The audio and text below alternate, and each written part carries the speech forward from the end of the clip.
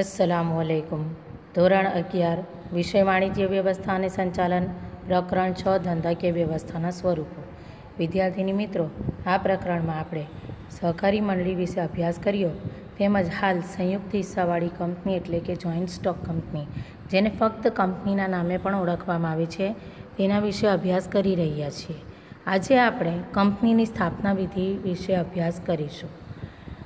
કંપનીની સ્થાપના વિધિમાં બે ભાગ પડી જાય છે. પ્રથમ છે પ્રવર્તન અને બીજું છે નોંધણીનું પ્રમાણપત્ર મેળવવાની વિધિ.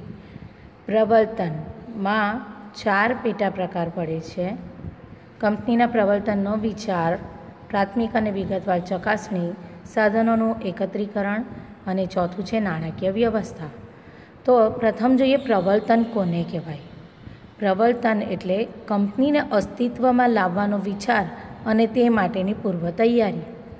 એટલે કંપની જે વ્યક્તિ શરૂ કરવા ઈચ્છતો હોય તેના મગજમાં કંપની શરૂ કરવા માટેનો વિચાર આવે અને તેના માટેની તે તૈયારી કરે તો તે તમામ પ્રક્રિયાને પ્રવર્તન કહેવામાં આવે છે. કંપનીના પ્રવર્તનના વિચારને અમલમાં મૂકનાર એટલે કે કંપની શરૂ કરવાનો વિચાર કરનાર અને તેની પૂર્વ તૈયારી કરનારને પ્રવર્તક કહેવામાં આવે છે. આ પ્રવર્તનના તબક્કામાં પ્રવર્તકે જુદા જુદા મુદ્દાઓનો વિચાર કરવો પડે, જેમાં આ મુખ્ય 4 મુદ્દાઓનો સમાવેશ થાય છે. પ્રથમ છે કંપનીના પ્રવર્તનનો વિચાર. પ્રથમ તો પ્રવર્તકના મગજમાં કંપની શરૂ કરવા માટે એટલે કે કંપનીના પ્રવર્તનનો વિચાર મગજમાં ઉદ્ભવે ત્યારબાદ જ તે તેના માટેની પૂર્વ તૈયારીઓ કરે છે. ત્યારબાદ તેણે એ વિચાર કરવો પડે છે કે તેણે કઈ વસ્તુનો કંપની શરૂ કરવી છે. કોઈ સંશોધનો પહેલાંથી જે થયેલા છે તેને અમલમાં મૂકવું છે કે પછી કોઈ નવી વસ્તુનું ઉત્પાદન કરીને તેને બજારમાં ઉપલબ્ધ કરાવી છે. એટલે એણે કોઈ સંશોધનને અમલમાં મૂકવા માટેની કે નવી વસ્તુ બજારમાં ઉપલબ્ધ કરાવવા માટેની કંપનીની સ્થાપનાનું વિચાર કરવું પડે છે. પ્રવર્તન શું છે? તો પ્રવર્તન એટલે પ્રવર્તકનું માનસ સંતાન. પ્રવર્તકનું માનસ સંતાન એટલે તેના મગજમાં જે વિચારો ઉદ્ભવે છે તેનો તે અમલ કરે છે તો તેને પ્રવર્તન કહેવામાં આવે છે. બીજું છે પ્રાથમિક અને વિગતવાર ચકાસણી. તેને એકવાર કંપની શરૂ કરવાનો વિચાર તો આવી ગયો તો તેની માટે તેણે ચકાસણી કરવી પડશે. એમને એમ કંપની શરૂ કરી શકાય નહીં. શેની ચકાસણી કરવાની હોય તો તેની પ્રાથમિક અને વિગતવાર ચકાસણી કરાવવાની હોય, તપાસ કરવાની હોય. જેમ કે પ્રવર્તકને કંપનીની સ્થાપનાનો વિચાર આવ્યો તો તેને અમલીકરણ કરવાનું છે તો તે ધંધાકીય રીતે, વ્યવહારુ રીતે તેની ચકાસણી કરવી પડે છે. તે કયા સ્થળે કંપની શરૂ કરશે તેની સ્થાન પસંદગી તેણે કરવી પડે છે. તે સ્થળે કંપની શરૂ કરવાથી તેને નફો થશે કે ખોટ જશે તેની તપાસ કરવી પડે. એટલે જે તે કંપની માટે અને ધંધાકીય એકમ શરૂ કરવા માટે તેણે જે તે સ્થળ અને એ સ્થળ પર કેટલી શક્યતા છે ધંધા માટેની તેની પ્રાથમિક અને વિગતવાર બંને રીતે તપાસ કરાવવી પડે. પ્રાથમિક તપાસના અંતે વિગતવાર વિશ્લેષણાત્મક તપાસ જરૂરી બને છે. તો વિગતવાર તપાસમાં શું તપાસ કરાવવાની છે કે તે મૂડી ભંડોળ ક્યાંથી ભેગું કરશે. પોતે મૂડી લાવશે તો કેટલી લાવશે અને કંપની શરૂ કરવા માટે કેટલી મૂડીની જરૂરિયાત છે. તો જે ખૂટતી મૂડી હશે તે ક્યાંથી તે મેળવશે તે તેણે વિચાર કરવો પડે. એ ઉપરાંત આ ધંધો ચલાવવા માટે જે કાચા માલની જરૂરિયાત છે તે ક્યાંથી મેળવશે, કઈ રીતે મળશે અને કયા પ્રમાણે કે એને મળશે તેના વિશે તેણે ખ્યાલ મેળવવો પડે છે, તપાસ કરવી પડે છે.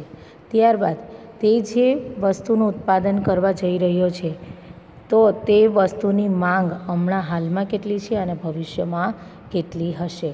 એ ઉપરાંત એને જે ધંધાકીય એકમમાં સાધન સામગ્રી તથા વાહન વ્યવહારની સુવિધા વગેરેની જાણકારી પણ તેણે મેળવવી પડે છે. તો આ થઈ પ્રાથમિક અને વિગતવાર ચકાસણી.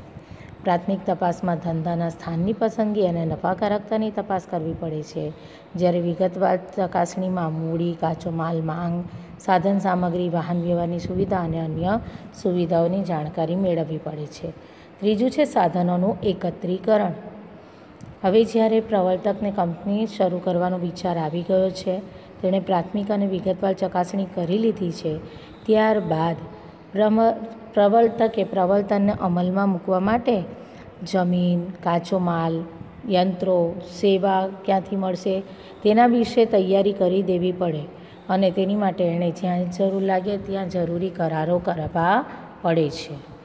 ચોથું છે નાણાકીય વ્યવસ્થા. સાધનો પણ એકત્રિત થઈ ગયા, બધું બંદોબસ્ત થઈ ગયું, પરંતુ તેની માટે સાધનો અને મિલકતો એકત્રિત કરવા માટે એને મૂડીની જરૂર તો પડશે જ. તો મૂડી ક્યાંથી અને કેવી રીતે મેળવવી તે વિચારવું પડશે અને તે રીતે તેણે મૂડી મેળવવી પડશે. એટલે તમામ કાર્યો માટે એને નાણાંની જરૂરિયાત તો છે જ, તેનો વિચાર તેણે કર્યો જ છે, પરંતુ હવે તેને ખરેખર રીતે તે રીતે મૂડી ભેગી કરવાનો સ્ટેપ લેવો પડે. જો નવી સ્થાપાતી કંપની હોય તો તેણે શેર દ્વારા મૂડી મેળવવી પડે છે. તો આ થયો પ્રવર્તનનો વિચાર. ત્યારબાદ બીજી જે વિધિ આવે છે કંપનીની સ્થાપના વિધિમાં, તે છે નોંધણીનું પ્રમાણપત્ર મેળવવાની વિધિ. જે વિધિ થોડી લાંબી છે. કંપનીને નોંધણીનું પ્રમાણપત્ર મેળવવાની વિધિમાં કંપનીના અસ્તિત્વ લાવવા માટે કંપની રજિસ્ટ્રાર પાસેથી નોંધણીનું પ્રમાણપત્ર મેળવવું પડે છે. આ પ્રમાણપત્ર મેળવવા માટે જુદા જુદા દસ્તાવેજો તૈયાર કરવા પડે છે. એ દસ્તાવેજો રજિસ્ટ્રાર સમક્ષ રજૂ કરવા પડે છે. તેની સાથે સાથે નોંધણીની ફી ભરવી પડે છે.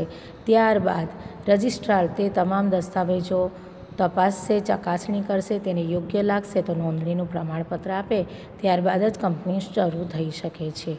તો જોઈએ તેમાં કયા કયા દસ્તાવેજો બનાવવા પડે છે અને કઈ વિધિમાંથી પસાર થવું પડે છે. તો એમાં 6 વિધિઓ છે. પ્રથમ છે આવેદનપત્ર તૈયાર કરવું, બીજું નિયમનપત્ર બનાવવું, ત્રીજું સંચાલકોની યાદી તૈયાર કરવી, ચોથું સંચાલકોની લેખિત સંમતિ લેવી, પાંચમું અન્ય કંપનીમાં હિત અંગેની જાહેરાત અને કાયદા પાલનની જોગવાઈઓનું નિવેદન. તો આ 6 કાર્યો કર્યા બાદ રજિસ્ટ્રાર નોંધણીનું પ્રમાણપત્ર આપે, ત્યારબાદ જ કંપની શરૂ થઈ શકે છે.